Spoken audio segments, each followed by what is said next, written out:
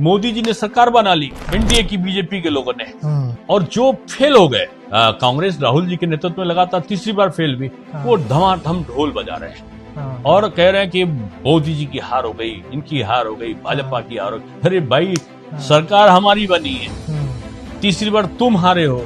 सारी राजनीतिक दल जितने बने हो, सपा बसपा माकपा भाकपा कांग्रेस आप जितने दल हो सब मिला लो, तब भी बीजेपी के 240 के बराबर नहीं होते हो। किसी ने सोचा था वही भारत है जहाँ शाम को निकलते थे तो महिलाएं सूरज देवता के डूबने का इंतजार करते हुए हाथ में लोटा लेके खड़ी होती थी, क्योंकि उनको लघु शंका करना है। आज गाँव शौचालय पहुंचा है।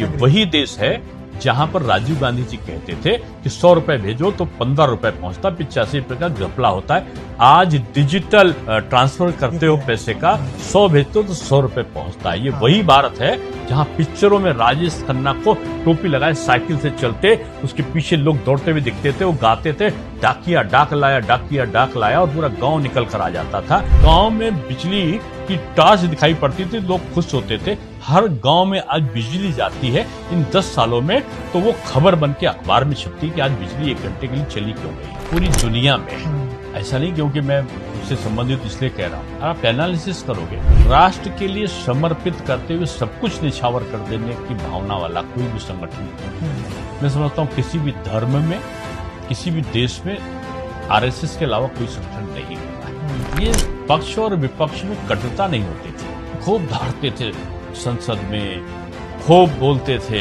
लेकिन जब आते थे तो एकदम मिल जाते। 2 घटना में बताऊंगा आपको। अटल जी लाप्लास में एक फ्लैट, छोटे से फ्लैट में रहते थे, लखनऊ में आते थे। मैं लाप्लास में गया, बैठा था, अटल जी अंदर दाढ़ी खुद बनाते थे, बना रहे थे। उसी समय टेम्पो से एक सरदार जी उतरे, पीछे यहाँ पे अखबार दबाए, वाजपेयी जी से मिलना है। बोले भी नहीं मिल पाएंगे अटल जी, लेकिन जाओ अंदर बता दो कि सुरजीत आए। उनकी आवाज इतनी जोर से बोली थी कि अंदर अटल जी को सुनाई। उनका रोको भाई रोको, मैं आ रहा हूँ। तौलिया लपेटे ही वो इधर से सुरजीत सिंह दौड़े, अरे वाजपेयी जी उधर आओ सुरजीत, तो दोनों गले लग गए। लोकसभा में एक दूसरे के प्रति कटु आलोचना, और जब मिलो तो दोस्तों की तरह मिलो। पहले चुनाव में माननीय अटल जी की सभा हुई थी, मुझे याद है कि उनको 104 बुखार था, और वो जब मंच पे चल रहे तो कांप रहे थे, लेकिन उससे मुझसे वादा किया था कि मैं आऊंगा। जब मंच पे पहुंचे तो जनता चिल्ला रही थी कि हमारा नेता कैसा हो, कहते अटल बिहारी जैसा हो। अटल जी ने वहां लोगों से पूछा, भाई मैं मेरे जैसा क्यों? किसी ने कहा अटल जी आप बहुत अच्छे लगते हैं। क्यों अच्छे लगते हो? क्या मेरा कुर्ता अच्छा है?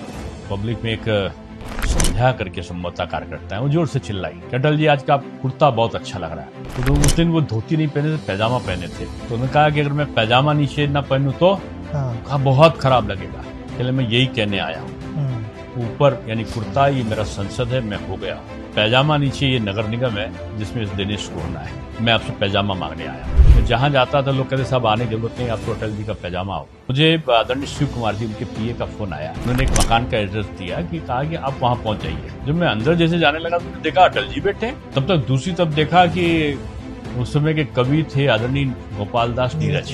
अटल जी ने कोई कविता बना, आंसू कवि थे अटल, तुरंत चुटकियों में कविता बना के एकदम लय में काव्य स्वरूप जो मैंने देखा अटल का उस बंद कमरे में, वो एक कविता, वो एक कविता, वो एक कविता, वो एक कविता। तो बंदी के साथ साथ रहस्यात्मक शब्दों का प्रयोग होता था। आवाज बताना हो राजनीति का, वो कौन सी चौपाई होगी या क्या मतलब? नहीं, देखिए के बाद तुलसीदास जी ने एक चौपाई लिखी है, सिया राम में सब जग जानी, करहूं प्रणाम जोरी जुग पानी। राम जी का नाम लो और शत्रु भी आ रहा हो उसको प्रणाम करो, संकट दूर हो जाएगा। इसका भावार्थ हुआ। कहते हैं कि रामचरितमानस को साक्षात बजरंगबली श्री हनुमान जी ने प्रसंग बताया और तुलसीदास जी ने उसको लिखा। पेड़ के नीचे लिखते थे और लिख के गुनगुनाते हुए घर जाते थे, तब लौट कर आते थे तो दूसरे दिन जब बजरंगबली अप्रूव कर देते थे तो वो चौपाई लिखते थे। ऐसा प्रसंग सामने आता है।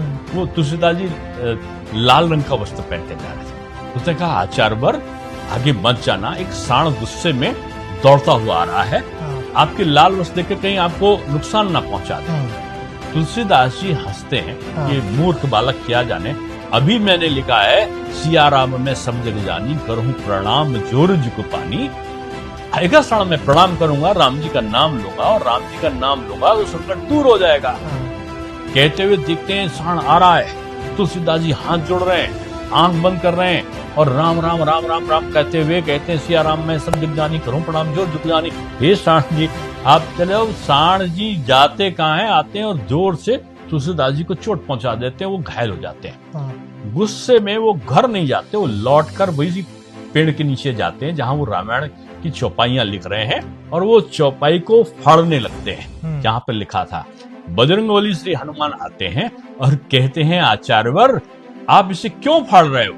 बोलते हैं कि मैंने चौपाई के लिखे हुए शब्द का पालन किया, संकट आ रहा था, वो साण आ रहा था और मैं उसे प्रणाम कर रहा था, मैं राम का नाम बार बार ले रहा था, अपने शत्रु को राम को दिला रहा था, लेकिन उसने न राम के नाम को सुना, न मेरी चौपाई को सुना, न भगवान ने मेरी मदद किया और उसने मुझे घायल कर दिया, ये असत्य, इसको फाड़ रहा हूं। हाँ, बजरंगबली कहते नहीं आचार्यवर, राम जी ने तो पहले संदेश भेज दिया था बालक के रूप में कि आप आगे मत जाना, आपको चेतावनी दे दी थी, लेकिन उसके बावजूद आपने राम जी के भगवान के संदेश को नहीं माना, इसलिए आप दंड का पात्र बने। आज यही राजनीति है कि लोग संदेश नहीं मानते जनता का। जनता का यही संदेश है कि मोदी जी ही नेतृत्व करता है, इसलिए एनडीए ने उनको संदेश दिया है सत्ता पर बैठने का। और जो लोग नहीं मानते वो आचार्यवर की तरह गलती कर रहे हैं। सत्य यही है कि आज गद्दी पर प्रधानमंत्री आसीन है।